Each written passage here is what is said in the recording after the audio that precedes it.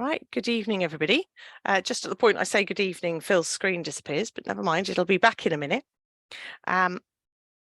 Welcome to the first MFEN session of 2023. Very pleased we've got Phil Downing back again.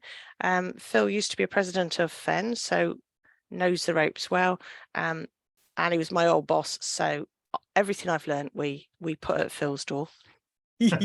I'm not responsible for any of that. No, you're not going to be responsible. Okay, fair enough. I'm never quite sure, Jeanette, who was the boss. I am. It was you. I'm absolutely certain it was you. Anyway, Phil's going to teach us about learning from complaints today, and I do remember many a lesson from Phil on complaints. Whether I absorbed any adequately enough is another matter. Phil, your screen has gone black. I don't know what it's doing at your end. No, I can see it. So let me stop sharing then. And we'll try again.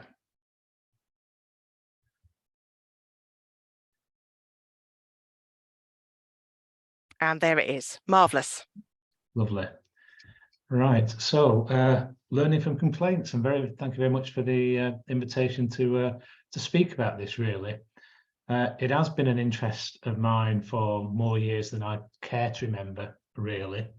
And back in the kind of dim and distant past, it was what I focused my degree on, was looking at complaints in the days when we did a little bit of research as part of a degree program. I suppose that, you know, back then, the idea about people complaining about the NHS was relatively novel, really. People took what we gave them without too much comment or complaint. But, you know, in the intervening goodness knows how many years, things have changed quite remarkably. So we're going to look, like I say, at learning from complaints and just see about how we do this and whether or not we really do. And hopefully we can deliver the session as a conversation, really, because I think that will be more rewarding than just listening to me talk. So this is the FEN webinar information that I was provided with. Yep. Standard spiel, folks. Standard spiel. So I will go. Which you're all used to by now. So this is our topic: complaints about the NHS. So why do we even actually really consider complaints in the NHS? Well, first of all, we have no choice. Whether we like it or not, it's enshrined within the NHS constitution. And these are the rights for the patients who are using the NHS. They have the right to have any complaint made about the NHS acknowledged within 3 working days and to have it properly investigated. And therein, that first point can raise a bone of contention at times as to what is properly investigated. And if there's anything worse than a poor complaint, it's a poor complaint inappropriately or poorly investigated, and that can actually quite often cause more distress to the patients and their families than the complaint itself in the first instance. They have the right to discuss the manner in which the complaint is to be handled, so they can actually have some input into how the complaint is dealt with, and they should have the complaints procedure explained to them. And they have the right to know the period within which the investigation is likely to be completed. So you don't have to set, at this point, set timeframes, but in further legislation, there are timeframes laid down for handling complaints. And they have the right to be kept informed of the progress and to know the outcome of any investigation into the complaint, including an explanation of the conclusions and confirmation that any action needed has been taken or is proposed to be taken. So basically, they need to be kept informed of the complaint at all times, kept in the loop, and to understand and have the outcomes shared with them. The other side of the NHS constitution are the pledges made, and the NHS pledges that they will be treated with courtesy, that they will receive appropriate support throughout the handling of the complaint, and the fact that somebody's made a complaint won't affect any future treatment that they require or need on the NHS.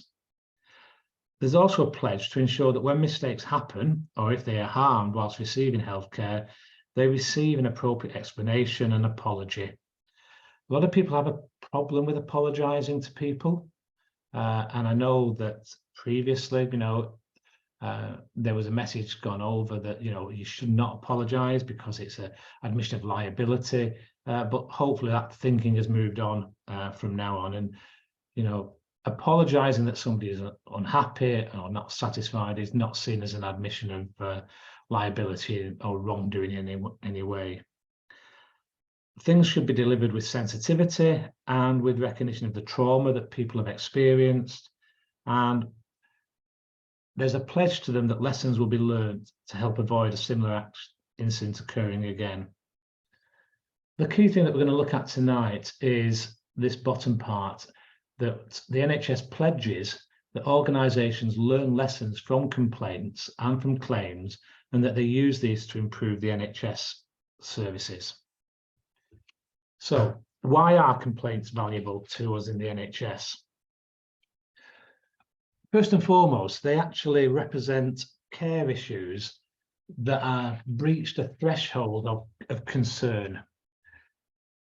And they help identify what is important to patients and families. So complaints are unsolicited.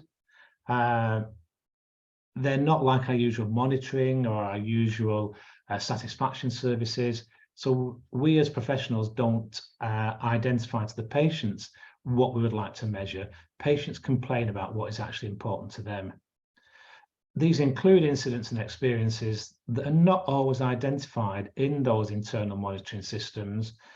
And quite often they contain really rich written data on difficult to monitor areas of practice, such as problems having access to it, continuity, systemic problems, and care omissions. A colleague of mine just recently, in the last couple of weeks, has been trying to get an appointment for some rheumatology services via a GP. She phoned the GP to confirm who they were referring her to, and she was given a name. She then phoned the consultant secretary or the secretary in these rheumatology services to be told that they couldn't tell her how long the wait would be, because they hadn't even got a waiting list. They had a waiting list for people to go on the waiting list. So as a result of that, she's actually put a complaint in around the management of those waiting lists, because it's unacceptable that she can't even be told, it's going to be 1 week, 1 month, 1 year, 10 years, or whatever. And there's no way in our formal monitoring tools that we use that actually we would capture that information otherwise, if it didn't come through a complaint. And quite often complaints describe clinical or social or institutional aspects of perceived care failures. So they get into places where, normal monitoring doesn't really get to. There is this concept of learning organisations that's defined quite a while ago now by the Harvard Business Review, amongst many others, that a learning organisation is an organisation skilled at creating, acquiring and transferring knowledge and modifying its behaviour to reflect that new knowledge and insights. And we'll kind of come back to that modifying behaviour aspect of this. The father of a lot of this learning organisation work is a chap called Peter Senge. He wrote a book in 1990 called The Fifth Discipline, and he's seen to be the first person to actually describe this concept of the learning organisation. And he's got this model whereby you've got the learning organisation in the middle and these 5 dimensions around it. So that you require, in order to be a learning organisation, systems thinking, whereby you've got interdependence amongst people and processes, and they're working together as a whole team. You've got personal mastery, where there's individual commitment to the process of learning and developing. You've got team learning, whereby you're sharing knowledge within a team, so all members become more knowledgeable. What the model doesn't do is define what your team is, whether it's, your local emergency department team, whether it is a shift team, whether or not it's the organization as a team. And that's up to, a kind of individual systems to define where that sits.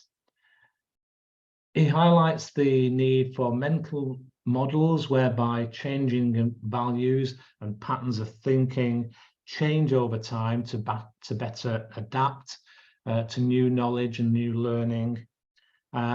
And central to all this is this idea of a shared vision, where there is a strong common vision and belief in the organisation that it wants to be growing and learning and developing. You'll see other models of learning and other definitions of learning organisations, but this one is the basis of most of them. So the next question is, how do patients or people complain? And we have two main routes, really. First and foremost, there is the verbal complaint. More common, I suppose, as far as formal investigation and formal follow-up, is the written complaint.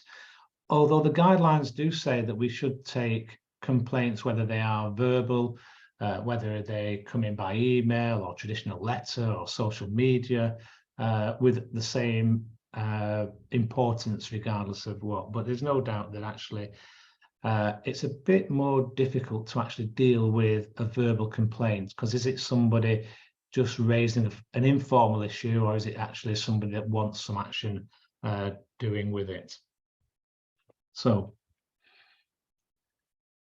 why do people complain? Jeanette, have you any thoughts on this, why people complain? Well, I know I've complained, and I remember putting in a complaint because I was absolutely livid with the way my father-in-law was treated in an emergency department. And it ran to 4 pages. I was flipping gonna tell them exactly what they had done wrong. And I didn't receive an adequate response, but that's probably because, I was ranting on behalf of somebody else rather than myself. If it'd been on behalf of myself, then all those consent processes and things would have been a lot smoother. But I was absolutely determined I was going to offload just how poor that care had been. Yeah.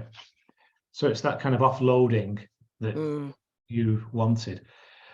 That's what I wanted. And I've seen that when I've seen other complaints, because the complaints that I get sight of these days are usually the most livid, intractable ones. And I get phoned up. Jeanette, do you think you could have a look at a complaint for us? And my heart sinks. But there's an awful lot of people wanting to offload just how cross they are. Yeah. Did you want something? Was that enough for you in your complaint, or did you want something? No. Did you want I needed them to hear that they had not met my expectations. Lovely phrase one of my staff uses. "You have not met my expectations," she says very calmly, and you're in real trouble. They hadn't met my expectations, but actually I was so appalled by it. I needed to, as a professional in the game, so to speak, I needed to highlight that they weren't following national guidance on a lot of stuff, and I thought that was very poor. I wanted an acknowledgement that they were in the wrong. Yeah. I didn't need them to pay money. That wasn't important. What was important was that they acknowledged that their care was as poor as I was telling them. I guess we'd have come to some sort of negotiation that it wasn't quite as bad as I was ranting about, but it wasn't anywhere near as good as they thought it was. Yeah. But I needed them to acknowledge they were in the wrong. Yeah. They didn't. They We're didn't. sorry you didn't. We're sorry that your father-in-law's experience was not what you would have hoped. I mean, I know why they come out with that formulation, but that's tosh. Yeah. It wasn't, you know, there's all sorts of reasons you can come up with, but actually they just needed to say it didn't meet national standards. You're right. Yeah. And that kind of, Thank you for pointing that out to us. yeah, putting your hand up and saying, yes, sorry, we were wrong. It seems to be very hard for people. I think it's that thing, when you have a car accident and there's an insurance thing, isn't there, that don't admit liability, that's up to us to do. Yeah. It's almost like that seems to happen, that I will not admit liability against your complaint. I won't say you're right and we were wrong, because that would be a problem. That would suggest that any minute now the tills are going to start ringing. Yeah. But I mean, I just thinking about a complaints meeting I attended where I was wheeled in as the kind of referee, really. The complainant really, really didn't like one of the consultants. And that consultant was at the complaints meeting. And she said, the patient said to the consultant, to her face, I don't want you or any doctor under your supervision ever treating me again. And I thought, well, fair play to her, actually, because that's not an easy thing to say to someone's face. So, I mean, she has my usual solution when we've got complex complaints is that we write a patient management plan and we capture what it is that the patient wants. So within that lady's patient management plan is that she's never to be seen by that consultant. Yeah. Or any doctor being supervised by that consultant. To be honest, she's in so rarely, it's not really an inconvenience to us. But and it's not something we would struggle to achieve. But it means quite a lot to her that it's in that plan. Yeah. I mean, that's quite an unusual aspect of complaints, that actually, patients will single out an individual as such in that way. I mean, what you were describing earlier about, complaining about your father's care, this is a bit of research evidence that shows that there are 4 kind of outcome domains that people are actually looking for. Urban myth would have it that people are out for compensation and money, and they just want a quick buck or whatever. However, all the evidence shows that actually that's really quite low down on their list. And the top 2 of these things, quality improvements, so they want a system level care improvement. I don't want anybody else to ever have to experience. Yeah, I hear that a lot. Gone through, is really what they want. And as part of that comes this idea of a patient-centric response. So actually they want it relating to themselves, if they're the patient, or to their friend or family member, whoever is the patient. And they want an explanation. We talk about being open and transparent, quite, they're glib phrases now that come off our tongues, but actually to be truly open and transparent, an explanation of what happened and why it happened, and an apology. I'm really sorry, we got that wrong. We were responsible for doing that. And like to say, unfortunately, a lot of complaint letters that came across my desk contain the kind of language that you just talked about, whereby they were wishy-washy, mealy-mouthed, kind of skirted around the issue. We're very sorry that you were unhappy with the treatment. Oh, I hate them. Yeah, instead of saying, we're sorry we got it wrong, or we're sorry that you were unhappy. However, following our investigation, we do not believe that anything went wrong. If you're unhappy with this, then please feel free to take it further. you know, here is the address of the ombudsman. Mm. You know? So, you know, we're not saying, you know, fess up to something you've not done. But if you have done something, then, you know, hold your hand up. I think Lower, sometimes it's a bit tricky as well, isn't it? You know, certainly as a relative complaining, you've only got the patient's say-so, and yeah, the patient's recall on what happened isn't always that great. I'm thinking of a complaint I'm dealing with at the moment where an elderly lady was very delirious and agitated and ended up being sedated. I'm not talking paralyzed sedated tubed, just some lorazepam IM. And her son is livid. And I understand why he's livid, that's fine. Being sedated is a very scary experience. Being delirious is a very scary experience. But actually, the staff followed process and policy absolutely correctly. And I think really what that needed was the offer to the lady to see her and talk her through what happened. yeah, So she can put her memory of it into some sort of context as to what was happening and why did she become like that, and why was she treated as she was, because she was becoming a danger to other people, so it wasn't done lightly.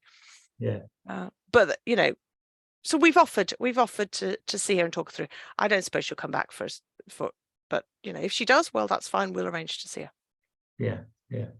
And that full kind of explanation of what went on, you know, can often be enough, you know, that people get some understanding of why you did it. You know, and you know, that is enough for them, really. Like I say, it is unusual that actually complainants want, you know, people sacking or, you know, striking off the register.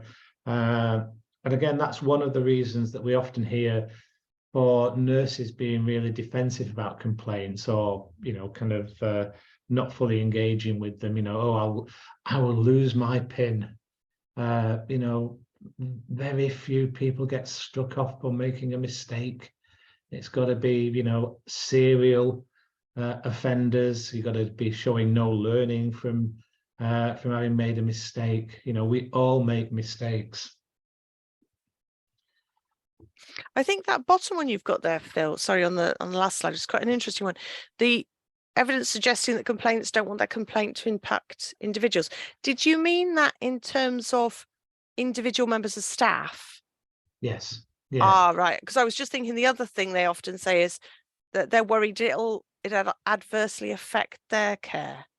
Yeah, and there is that, you know, the system, they will, you know, kind of gang up on them, and next time they come in, there'll be a black mark against them, and, you know, they'll be, you know, shunted off into a corner, and nobody will speak to them because they have But we never complained. find out that someone's made a complaint unless they say, do we? No, I remember vividly some parents coming into triage one time, years and years ago, and they were very guarded.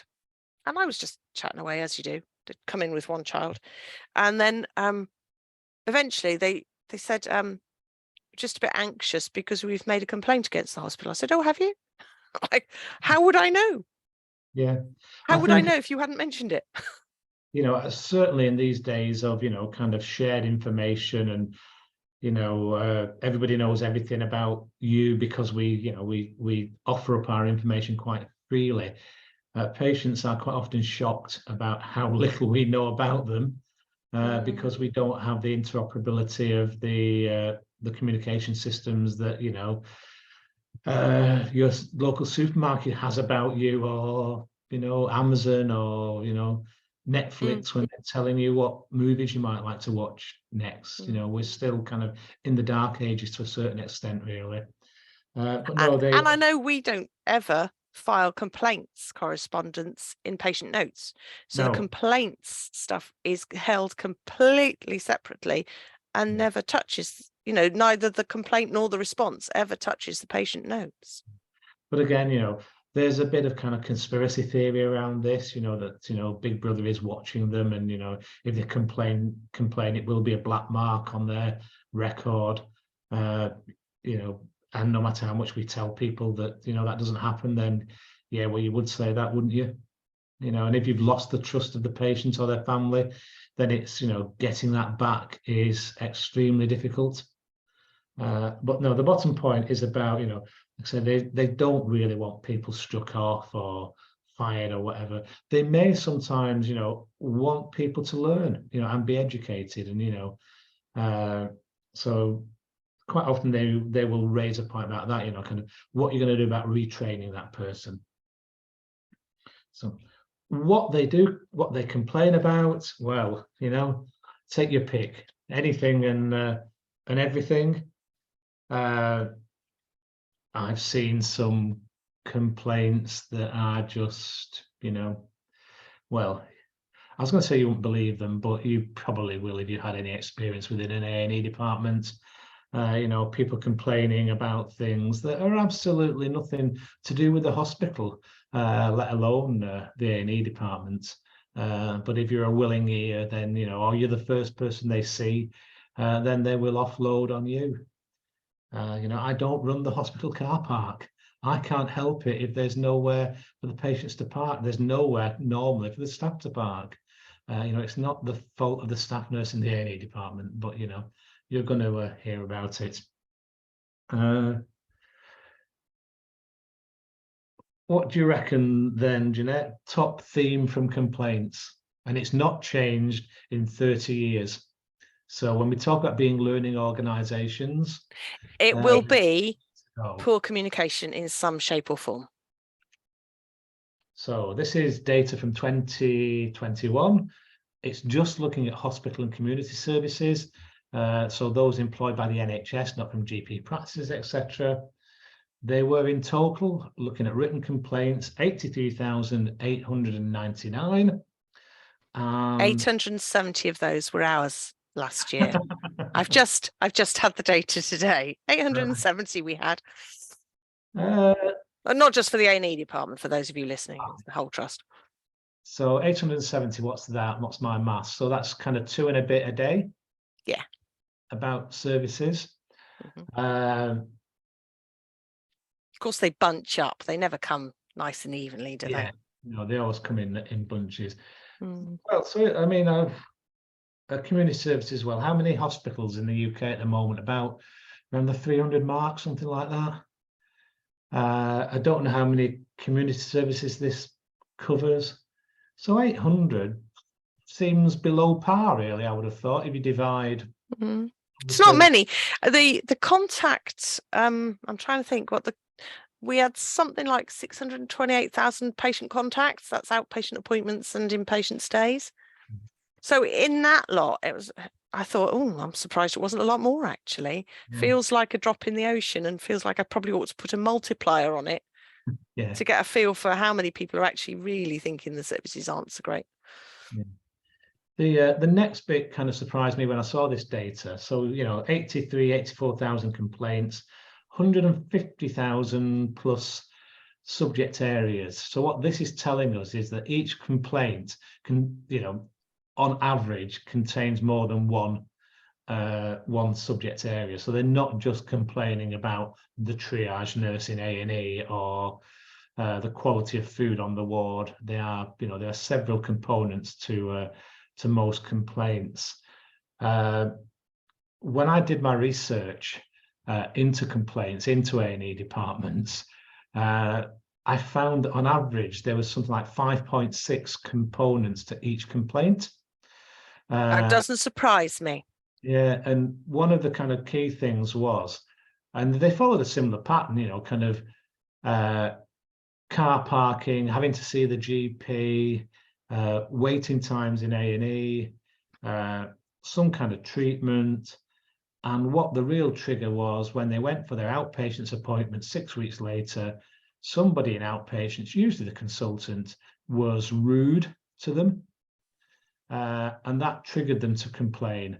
But rather than just say, consultant X in this outpatients department was poor to communicate and had a bad attitude, they beef up their complaints by saying, and I didn't like the triage nurse, and I didn't like the food, and I didn't like this, and I didn't like the other, which can be quite difficult to deal with, because it means actually the core essence of the complaint can get lost in all the noise.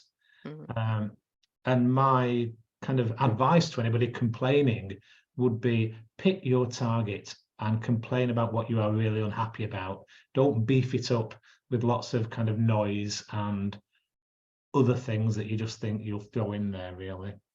But you're spot on the themes. So 18%, the theme is communication, poor communication. I've seen it myself personally. My wife's had some referral letters, and she's had one letter one day telling her appointment is on this day at this time. The day later, she had another letter telling her that the appointment's on this day at a different time. And when she's trying to phone the number on the letter that says, if you've got any questions, phone this number, nobody's answering it. Yep, I know that feeling. It's very frustrating.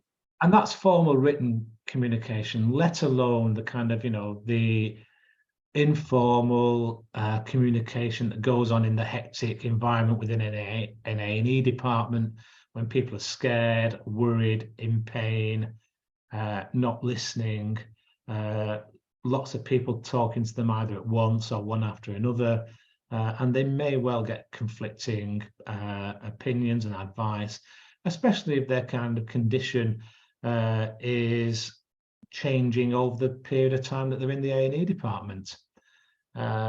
So communication, top of the list. Patient care and treatment comes next. So again, mistakes in care, mistakes in treatment, misdiagnoses, quality of care is bunched together in that group. And then coming up a close behind, values and behaviours. Now, these are terms that we use as professionals to categorise these complaints for reporting purposes. Whether the patients would say, I wasn't happy with your values and behaviours, they probably just talk about people's attitude. But again, there's no excuse for values and behaviours, because I don't know of any healthcare organisation that doesn't put down in writing and widely publicise what its values are and what it expects in line of behaviour. That's not to say, of course, just because this is what the complainant has highlighted, that actually that member of staff is in the wrong. There might be perfectly good communication. It's just that the patient, it's not what the patient wants to hear. It might be that the staff's attitude is fine, but for some reason the patient doesn't accept it. So these are not upheld complaints. These are complaints in total. Who they complain about? Mainly, we'll be pleased to hear, as emergency department nurses, they complain about our medical colleagues. So 40%, so almost twice as many complaints about the doctors as the nurses. But it's not an unsubstantial number of nursing staff. 25% of the complaints contain complaints about nursing staff as well. So we're not squeaky clean. So verbal complaints, let's look at those first and foremost. How do we respond to verbal complaints? Do you have guidance in your department, Jeanette, about how to respond to verbal complaints? That's a good question. When I saw that question come up, I thought, yeah, and then I'm just double checking myself and thinking, I think we're taught to it. I think it comes up actually in conflict resolution training. That's where we get taught it. About de-escalation and kind of thing. I mean, I always say that the thing I'm most keen on with these is remove the audience before you tackle the issue, because the bigger the audience, the louder the noise will be about possibly not a lot and possibly where somebody's got the wrong end of the stick. And you can sort that out without anyone coming off worst or being humiliated if you can do that without an audience. With an audience, it's really difficult to pull that off. Because nobody likes to lose face. Do you know what I mean? That's the problem. This loss of face bit. And if you're not careful, you can make a patient lose trust in the doctor as well. And nurses do seem to work quite hard to make sure the patients trust the doctor. Yeah, yeah. And maintain that trust. And again, it's all too easy to destroy that trust with a throwaway comment. I mean, I think verbal complaints are particularly difficult, really, in that they are spontaneous. Like you say, they're a live event. They're a piece of theatre. You know, quite often people are complaining at this point because of fear or anger or frustration. And it might not be anything to do with, you know, the services in the A&E department. You know, I don't know, they might be about to go on holiday and, you know, have suddenly broken ankle or something like that. Which is really annoying and height of inconvenience. Yeah, yeah. You know, and, you know, so, you know, what do you do if the patient, you know, stomps up to you when, you know, kind of you're having a bad day, you're really busy, there's a 6-hour wait in the waiting room, and the patient is complaining to you that there's a 6-hour wait in the waiting room. I mean, you're not happy about it as a staff nurse or a charge nurse. You're trying to do something about it, but, you know, to a certain extent, it's out of your control. You know, so, you know, how do you respond? I mean, I think you're right. You know, kind of take the theatre out of it. You know, apologise. I'm really sorry. It's not the service that we want to give. But, you know, it's where we are at the moment.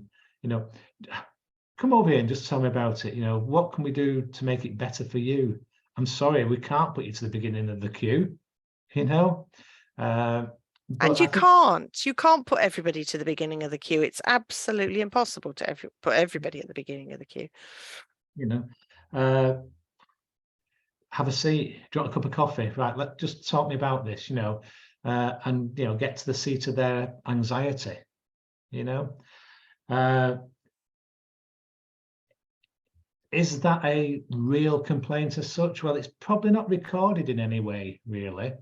In most places, you know, there may well be a policy that says, you know, oh, anybody that raises a complaint, you must log it as an incident. But let's be realistic and pragmatic about this. You know, you've got a 6-hour, 12-hour queue, whatever it is. You're going to sit down and, you know, log something that you've sorted out there and then. And I think that kind of, you know, trying to diffuse it at that point and, you know, trying to address it at that point, if you can prevent it from becoming a written complaint, then great. However, there's a fine balancing line here that if the patient has a genuine grievance and wants to raise it as a written complaint, then you should actually facilitate that and encourage it. So this is where this becomes an art and not a science. You know, so the advice I would give always is, you know, if you can address their concerns, if you can build a trust with them, put them at their ease, be open and transparent about, you know, what the issue is and what you can do about it, and calm them down and, you know, put their mind at ease, then great. You know, do that. Please don't say, well, if you're not happy, you know, here's the number for PALS, give them a ring and, you know, you want to write in a complaint to the chief executive. However, if you can't do anything like that, and if it is serious, then I'm really sorry that you're unhappy. We do have a complaints procedure and your complaint will be taken seriously. Here's the number. Here's what you need to do. What can I do for you now? Is there anything I can do for you now to make this better? And it becomes quite an art in actually responding to those verbal complaints. I used to see them as a kind of as a challenge, and not a challenge in a bad way, but as a challenge in actually, you know, making something better, because that's what we're there to do, isn't it? You know, we are there to kind of, you know, heal people, help people, care for people when they are ill in any way. We can apply that same kind of, you know, skill set to people who are unhappy, angry, annoyed. And, you know, I'm sure that A&E staff are doing this, you know, on a daily basis, really. What do we learn from verbal complaints then as a learning exercise or as a learning organisation? Have you got any mechanisms from learning from verbal complaints, do you know? Oh, this is like that audit thing that I had to fill in today. You're asking me questions I hadn't considered and you're creating work for me. I don't think we have. I don't think we have a good complaint capture tool, if I could put it that way. I think I suspect people are told speak to pals, but pals are only open when they're open. They're not open all the time. And I think actually a complaint capture tool is needed, isn't it, for those people who are complaining there and then? I think there might well be, but I would question the practicalities of it. I know. I don't know how you do it, but No. you know, I suppose the nurse in charge could have a category. I'm just thinking of shift handovers and shift reports and stuff that are done. You could have a category of number of verbal complaints, theme of verbal complaints.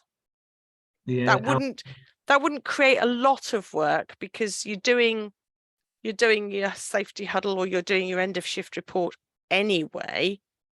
So, you know, you could keep a tally of how many verbal complaints you've had if you've had a lot. Otherwise, the one or two will stick in your mind. I can hear people who are watching this recording at a later date Going, what? at the idea. What the hell? Are you in the real world? You know. Well, I'm thinking out loud, really. Yeah. I mean, I don't know anywhere of anybody that actually does capture this, and I'd be interested if people have got a mechanism for doing it in a way that is simple and meaningful. But yeah, I mean, I think you're right. There's got to be, you know, that kind of shift handover or safety huddle, you know, some way of quickly and simply, you know, capturing these things.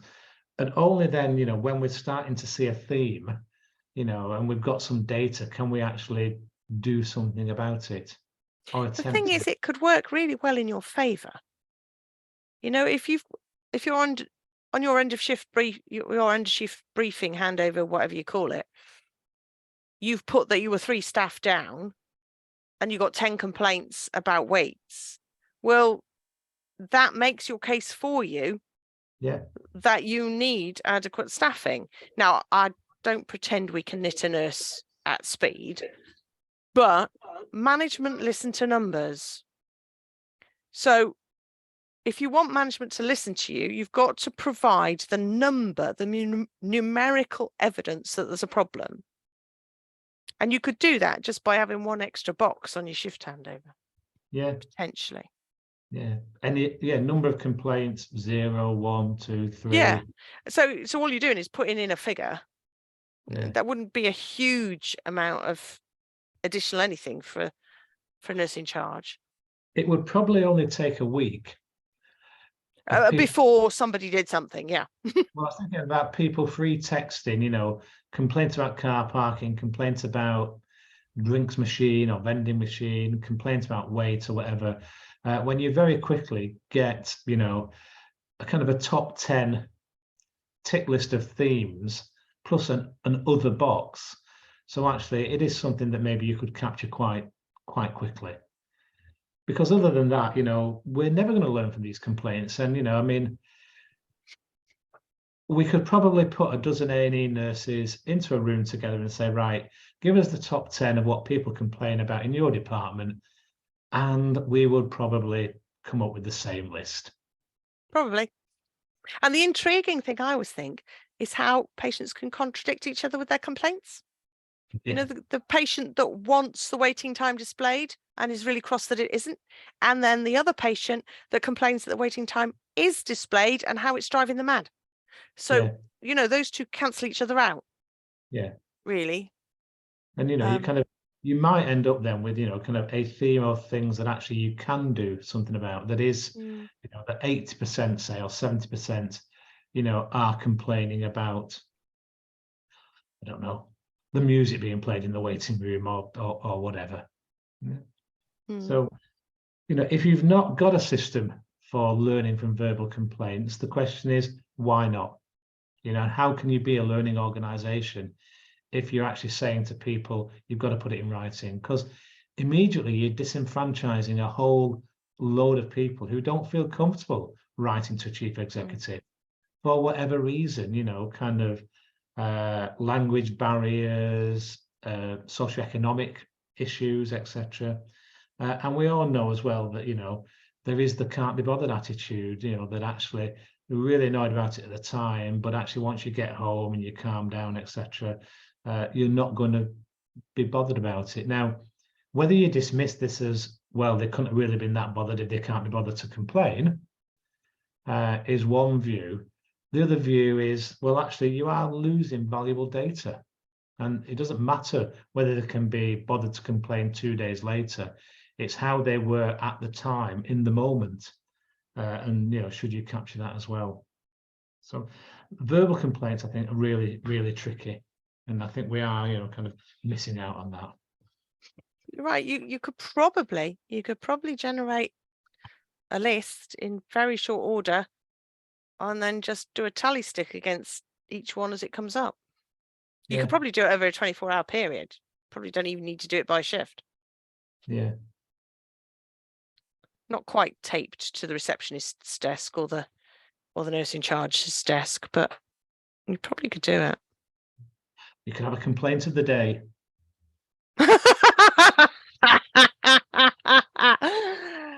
Well, at least you could do you said we did, couldn't you, in the waiting room? You said our machines never work. We've had them serviced, that sort of thing. Which at least would let the patients know that we had heard. Yeah. So, okay. Next slide in the slide deck that was given to me is this fluid balance break. Yeah. So I left it in. So I'm assuming that if you're watching this on the recording and you do need to go and put the kettle on, you can pause us and go and do whatever you need to do. The thought of kind of responding to every verbal complaint, everybody who moans to you in the waiting room, you might need to go and get yourself a stiff drink. So that's the stiff drink, not the water then. Yeah. Okay, so let's move on now to kind of written complaints. How do we respond to written complaints? Well, like I said before, there is, there will be a policy within every organization that you work within. I don't intend to go through that now. You can kind of go and pull it up if you want in your own time and just see what the timescales are, what the process is. But obviously, every NHS organisation will have a complaints lead and will have a formal process that they follow. There are common themes within them, such as that the final complaint letter passes the chief executive's desk and gets their signature on it. And that at some point there may well be a meeting with the patient or their family. If you haven't been into a complaints meeting, I would suggest that if you can get into one, just as an observer, as a learning opportunity, and obviously the family or the patients have got to give their consent, and just go and sit in the corner, I think it's a very valuable thing to do. Mm-hmm. And it's certainly something that I would advise people to do before they're sat in that meeting and having to respond as part of the complaint. So go and look at it as a dispassionate observer before you get dropped into the deep end. That's very good advice. Yeah. Very, very good advice. I mean, I don't think I attended a complaints meeting as such until I was the responsible person having to respond to them. No, me neither. I think until you can sit there with colleagues and with consultants and senior staff, and they can be quite fraught affairs.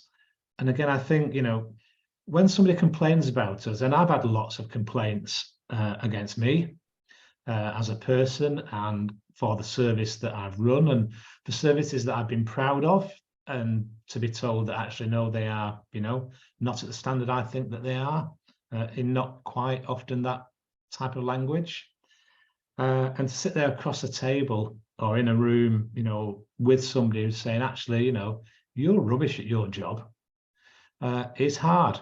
The one thing that you can't do and this is almost impossible to achieve, is to take it personally. You know, you have got to bite on that and just, you know, sit there, take a deep breath. You cannot respond and you cannot go on the attack, because then you're not in a complaints meeting, you are in an argument. And, you know, that's, you just cannot do that. I worked in one particular organization, and I moved to this organization, and I inherited a complaint that already existed before I got there. And it was two brothers who were in their 50s. Their father had been in this hospital. He'd been seriously ill with multiple pathologies going on. And the brothers had cared for him at home for quite a long time. He got admitted to the hospital because he was deteriorating, of course. As part of his treatment, he was catheterized. His catheter leaked, it had to be taken out, he was recatheterized. And a few hours later, he had a cardiac arrest and died. And the focus of the complaint was, you killed our dad. We catheterized him, we looked after his catheter at home for years, and it was fine. He came into your hospital, you catheterized him, you did it badly, it leaked, it blocked, you had to redo it. And when you were redoing it after that, he died because you'd catheterized him. No basis whatsoever, you know, for this complaint. You know, this was an 82, 83-year-old gentleman, like I say, multi-pathology. He was deteriorating. Unfortunately, his time was up, really. I worked for this organization for 3 years. I met these brothers and became quite friendly with them over a period of time. And I probably met them 9 or 10 times in that 3-year period. So we wrote a lot. That's a lot of complaints meetings. Yeah, and it was always still the same complaint. And we wrote to them initially and explained, you know, what the cause of death was, the coroner's report, the treatment plan, etc. And they just didn't believe us. We were covering it up.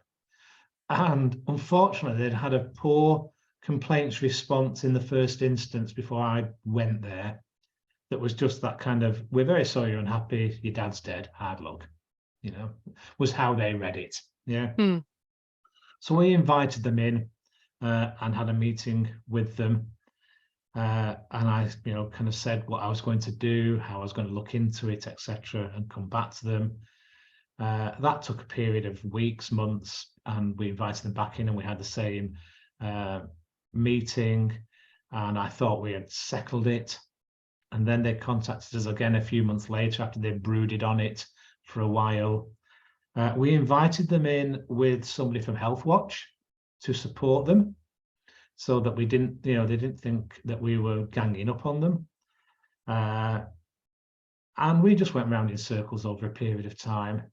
And looking back on it now, maybe I should have drawn a line under it and said, we're never going to resolve this. I'm sorry. You know, you need to go to the ombudsman, or you need to bring legal action against us and sue us, you know, so that you get an independent view on what we've done. And it reached the point where actually the Health Watch person who was supposedly supporting them didn't want to come to the meetings, because they had realized that we were being as open and transparent as we could do with these two brothers, and they just weren't taking it. They'd take it in the meeting, they'd accept it, and then they'd go back home. And whether they wound each other up, I'm not sure. But I realized after a while that what we were providing was a grief counselling service and not a complaints resolution. And I should have stopped it and really passed them on at that point, but I realized too late, really. And they were still complaining when I left. And I did have a meeting with them and said, look, you know, I know this has been 3 years. I know you're never going to be happy with this, but I am leaving, you know, so I don't want you to think, you know, that you won't, I'm ignoring you now. It's actually, I no longer work for the organization, but good luck with it, you know, and I should have done better for them. I should have got them a resolution if I could have in that period of time, and I should have passed them on to someone else. But actually, I don't know, I think they got something out of coming and meeting me and me listening and then telling me about their dad, who they'd lived with for years. Mm. So, yeah. So that kind of complaint meeting, I've been in other complaint meetings where people have banged the table and shouted at us and sworn at us. And it shakes you, and you've got to be prepared for that, you know, and you do need to go and, you know, have a minute in a dark room and, you know, whatever it takes for you to get your composure back together, because they can be really challenging. You know, people get upset, you know, for, I suppose the easiest meetings actually are when you kind of perversely you are at fault, and you can hold your hand up and say, yeah, we're really sorry, you know, we misinterpreted that x-ray, we've made a mistake there, this is what we've done to correct it. The ones that I I found, think that's easier, isn't it, since the duty of candor stuff, because actually we often don't wait for the complaint.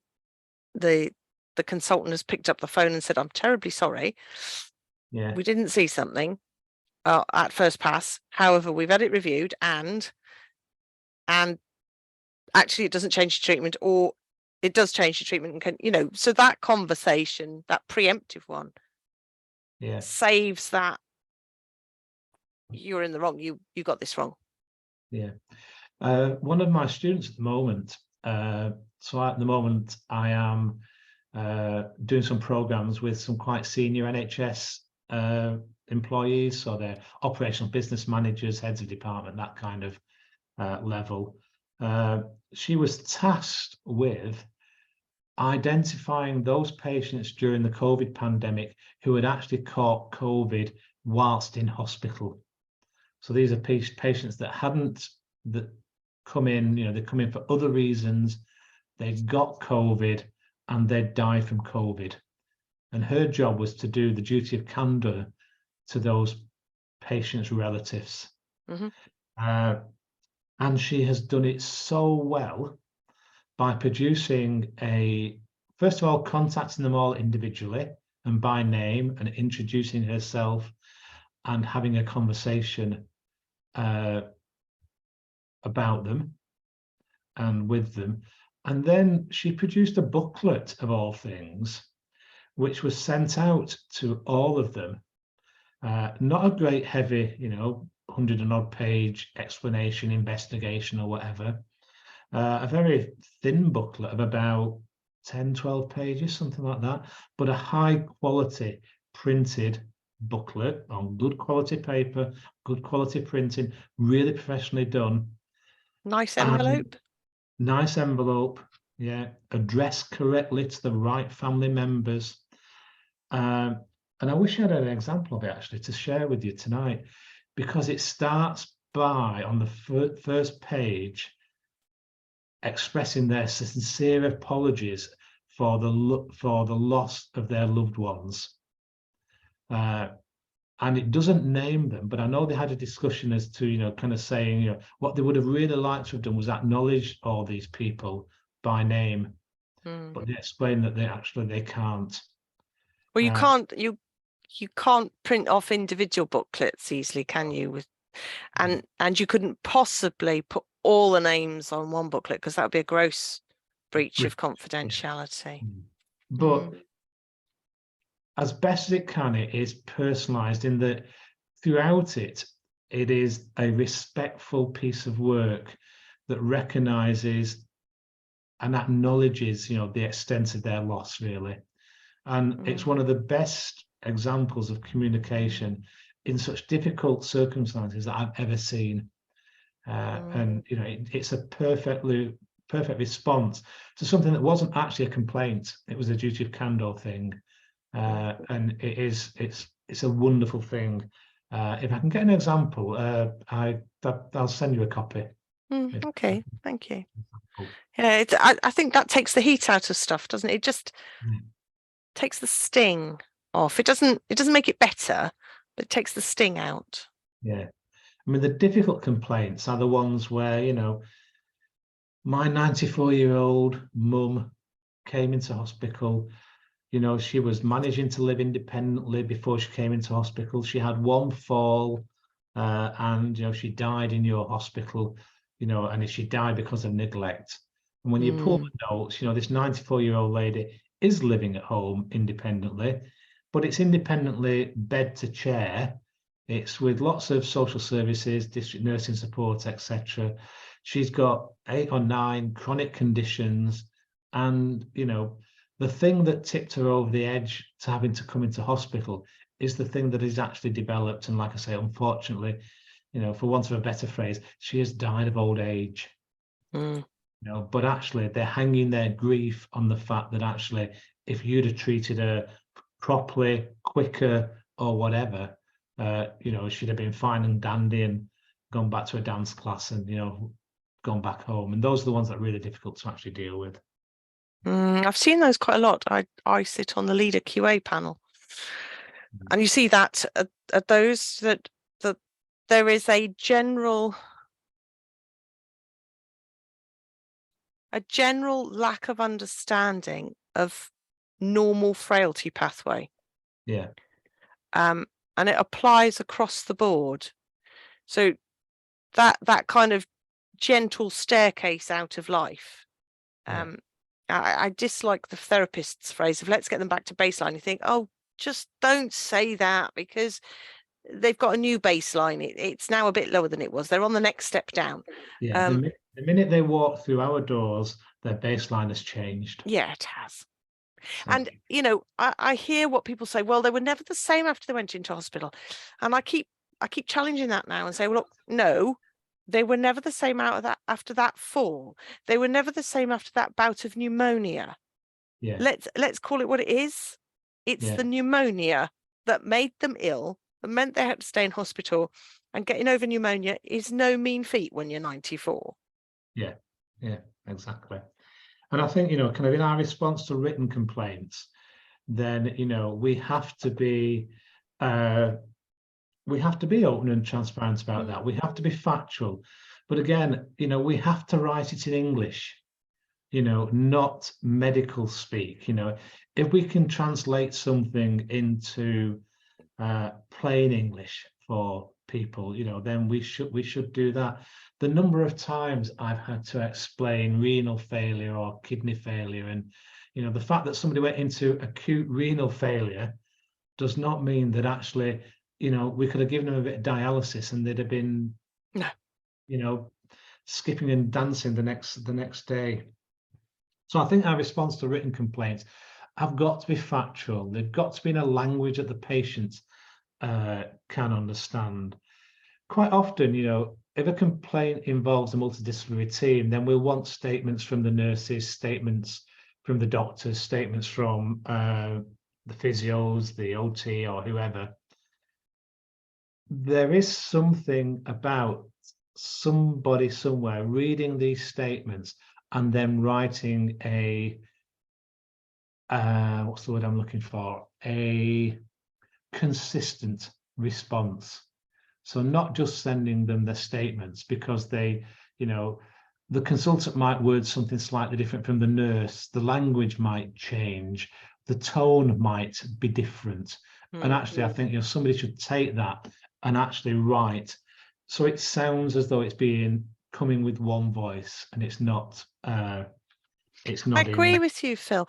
Where does that technique of Sister Welsh said she's very sorry that you had this problem, but whatever, and Mr. Downing said, well, he's never had such a problem with anyone else before.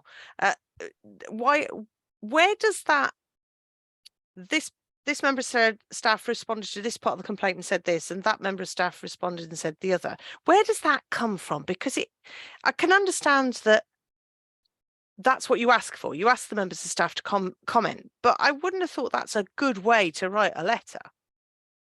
I think that it comes from somebody skilled within your complaints management department, and somebody who can actually go to, because again, I know I've been frustrated when I've been through that process. I've given my opinion, my statement. The letter comes back, you know, kind of, are you happy with this letter?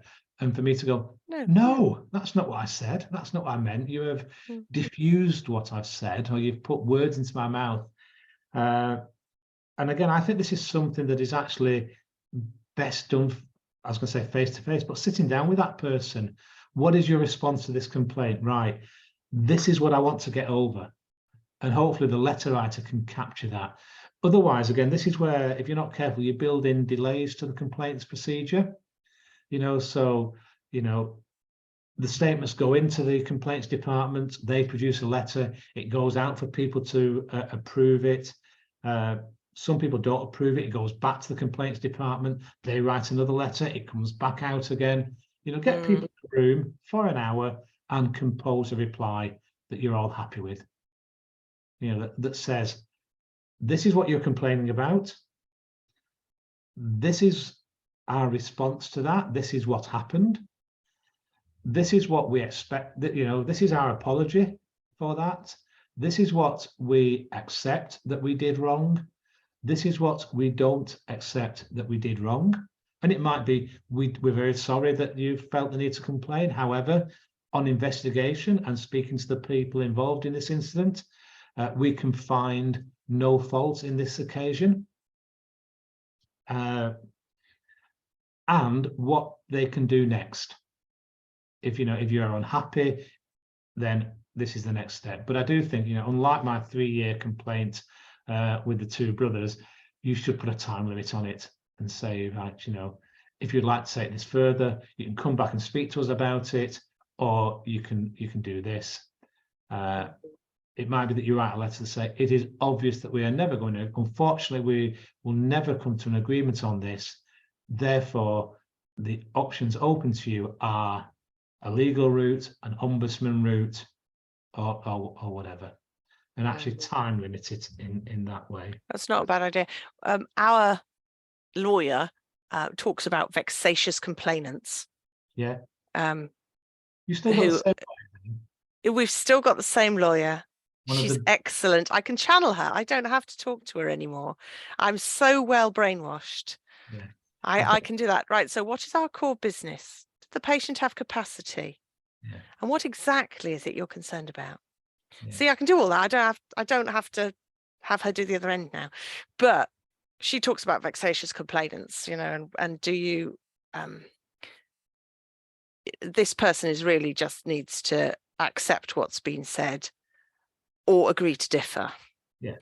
And we have had complainants who've been to the ombudsman and they disagree with the ombudsman's finding that nothing's been done wrong.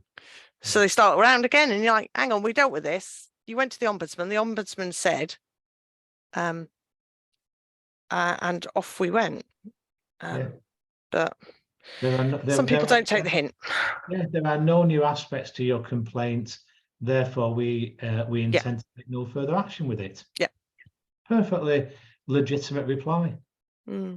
So that's kind of responding to written complaints. I think the next thing is, you know, how do we learn from them?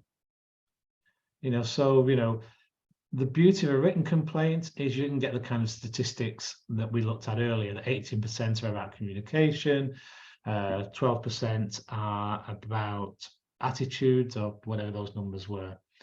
But how do they get fed back into the system, and do we actually genuinely learn from them? And I'm not sure. The fact that actually, you know, complaints, attitude, and patient care were predictable top things would say that maybe we're not learning from them. If we were learning, then actually maybe those 3 top things would alter. I'm not sure. I don't know. You have processes for learning, Jeanette? Yes. I think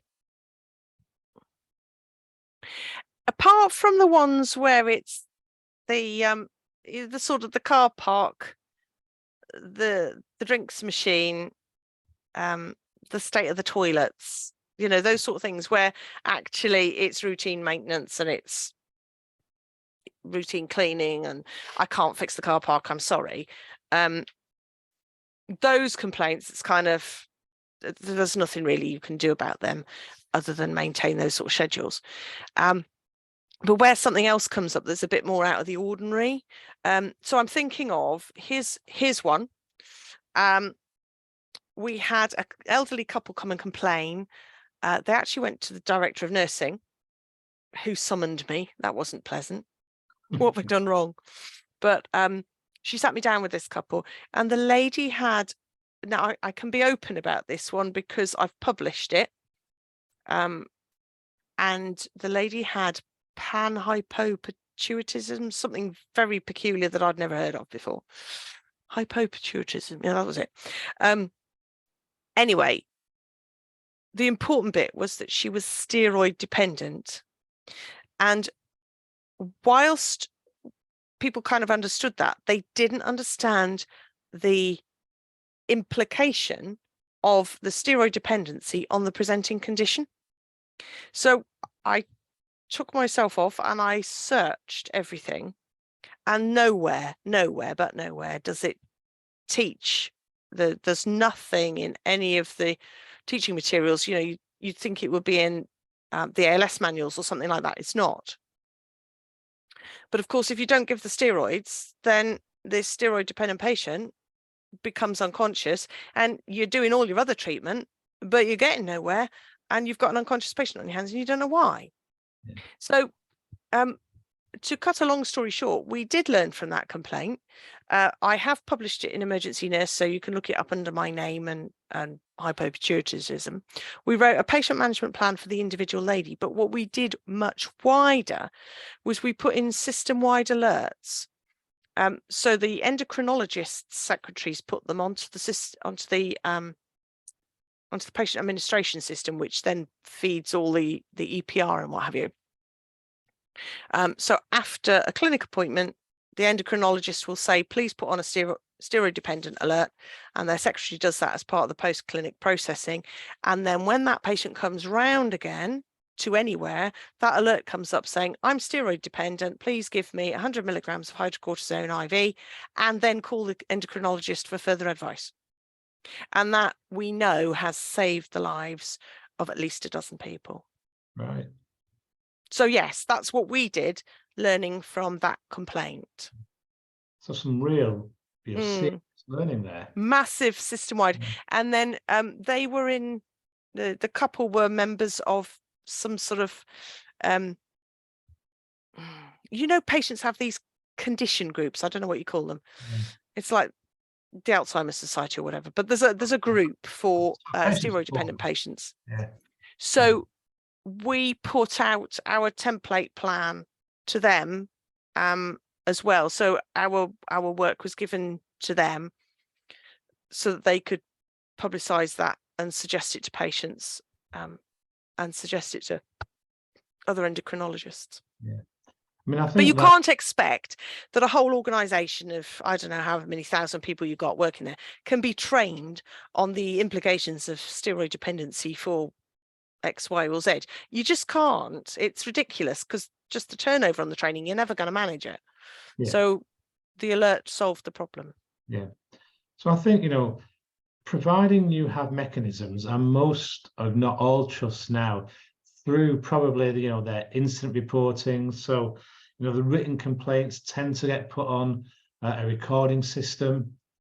So it generates the themes, and out of that recording system should come some kind of fairly regular, you know, feedback to the relevant staff groups around, it might not be individual complaints, but it might be, but at the very least about themes, about what it is that is happening within the trust, and what learning can be taken from them. There's evidence now to say that patient stories are really powerful, and quite a lot of boards will set aside a period of time within the trust board meeting to hear a patient story. So that actually, rather than kind of saying, well, 18% of the complaints this month are about communication, that is actually put into a context of the impact that poor communication has had on a patient's experience. And I don't know if anybody is sad enough to watch Prime Minister's Question Time. But The there wrong was time one. of day for most of us, Phil. Yeah, you can get it on catch up if You you're can get it on catch up, can you? Oh, really? But there was one a couple of weeks ago around ambulance delays, when the Prime Minister was challenged, to say, it's 2 o'clock in the afternoon now. If you were suffering central chest pain, how long would you expect the ambulance to take to get to you? It's now 20 to 3, 40 minutes later. Your chest pain has now become even more severe. How long do you expect you're going to have to continue waiting? And what was actually being recanted was a really tragic case of a young person who died. So rather than just saying, well, ambulance delays in the UK are now at all-time high, this had a name and a face and an actual, outcome that was tragic.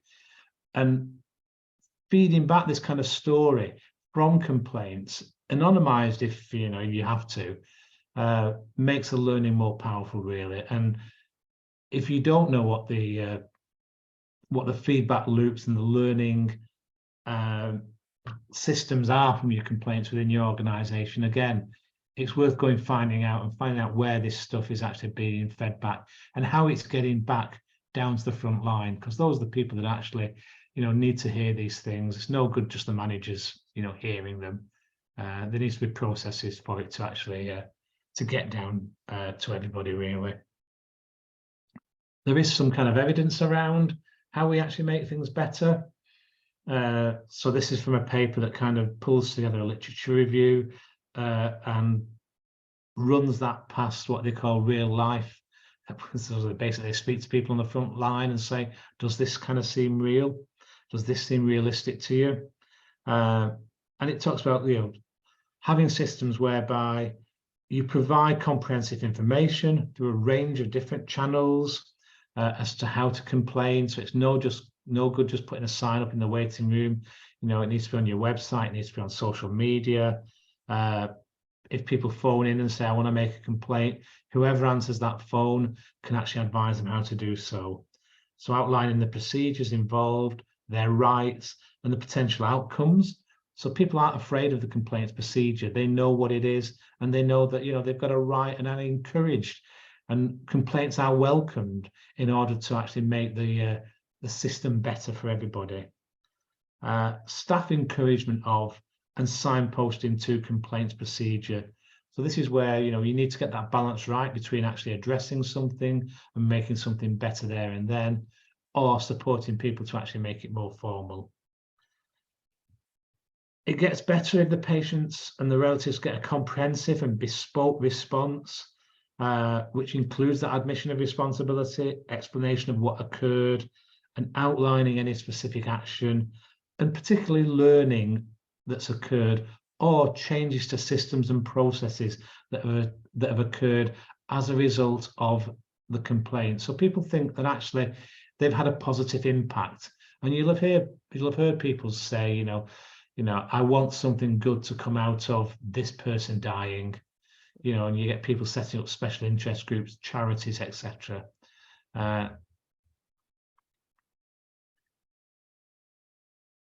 Things get better when we have the phrase is either a just culture or fair blame. So it welcomes complaints as opportunities for learning, and it counters the negative impact that complaints have on staff. Like I say, I've had lots of complaints against me because of the positions I've been in. And it has a negative impact on you. Nobody likes to be the source of a complaint or the focus of a complaint.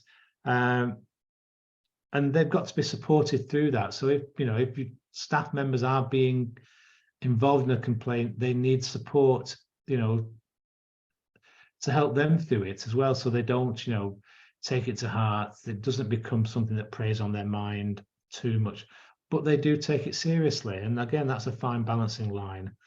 And this concept of a just culture is an idea that I quite like. So we don't have a blame culture, and we don't have a blameless culture. You know, if you make a mistake, then you are, you know, I've made drug mistakes during my career. You know, I've not met many staff that actually haven't, and you've got to hold your hand up and say, oh, sorry, I made a mistake. This is why. This is what I didn't understand. This is what happened. But people have got to be supported through that. I don't think we can have a no blame culture. We've got nurses at the moment undergoing trial for murdering children. You know, there are people out there, you know, that are not the people that we would want on the register. You know, then we wouldn't want them as colleagues, and we've got to investigate them and find them. So we can't have a completely no blame culture. But staff have got to feel that they will be treated fairly and have a fair hearing when they're involved in complaints. There's got to be a systematic use of complaints data for system-wide problem resolution. So this is investigating the themes and getting those out for improvements to be evidence-based. And I think my kind of challenge would be, you know, a lot of this seems to be system-wide. It seems to be something that's done by governance, by the complaints department, by the head of the department or whatever. But I think, you know, the challenge is, what can you do as an individual within your own work environment to help play a part in developing this concept of a learning organization? And we can all, you know, if you look at back to the model, there's a part for us all to play within that. And it's not always easy, but I think, you know, you've got to kind of make the effort and say, well, actually, you know, this is to do with me. What can I do to help in this way? My final point is, in the NHS, we're really good at beating ourselves up. We're really good at highlighting what went wrong. So those initial statistics, you know, from the health sector, from hospitals, in that particular year, there were nearly 84,000 complaints. How many patient interactions do you think there must have been in hospitals in that year? I can't find the figure. We can find figures for admissions, we can find figures for outpatients, but the 83,000 is going to be a really, really small percentage of what we do all day, every day. We also do lots of things really well all day, every day. And actually, we need to be learning from compliments and what we do well. What went well? What went extremely well? And why did that go well? What was the positive thing? So actually, you know, don't just focus on the negative, but actually, you know, look at what went well and how can you replicate that and move that through the organization. So, you know, pat yourselves on the back sometimes, learn from what went well. And I would say, you know, every time you're learning from a complaint, find something good that happened and see what you can learn from that as well. There is a bit of a reading list here. He says it looks like. Okay, homework. The bottom one is this realist review of the academic literature around learning from complaints. It's only from 2020. It's in the BMJ online. So if you're in a hospital library, you'll be able to access it. It's not a particularly heavy paper to read, but it has some of these themes in. You can ignore the bit where they describe what a realist review is. Just get to the you know, the conclusions and, you know, these points that they talk about how we can develop learning organizations. There's lots of stuff there in the public domain about how to complain about the NHS. The one from the Parliamentary and Health Service Ombudsman is a good website, so it shows what the patients are entitled to and how they can do it. And there's an older paper that is now 23 years old, also from the BMJ, when learning outcomes were first coming in to the NHS. And again, that's just an opinion piece, and it's probably worth a quick 5 minutes to have a look at. that's all I've got, I think, unless there's anything particularly you want to pick up on, Jeanette. No, I think that's going to be lots of food for thought for several people, because complaints always do feel personal. They feel like a personal attack, and often you feel like you can't do anything about them. Yeah. So I think to just take a bit of time out and think about what we can learn and what we can do about complaints, and how we can approach them is very, very valuable. Thank you.